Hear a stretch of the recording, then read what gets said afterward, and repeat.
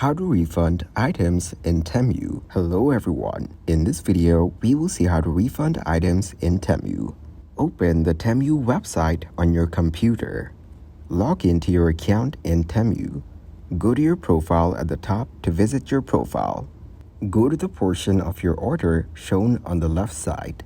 If you've ordered something, you'll be able to see your orders here. Find the order containing the items you want to return. You can ask for Temu customer service to return your order. Provide the additional details if required. This is how you can refund your items on Temu. Thank you guys for watching this video. Hope you got some value. Make sure to like the video and subscribe to the channel to get notified of new videos. See you in the next one.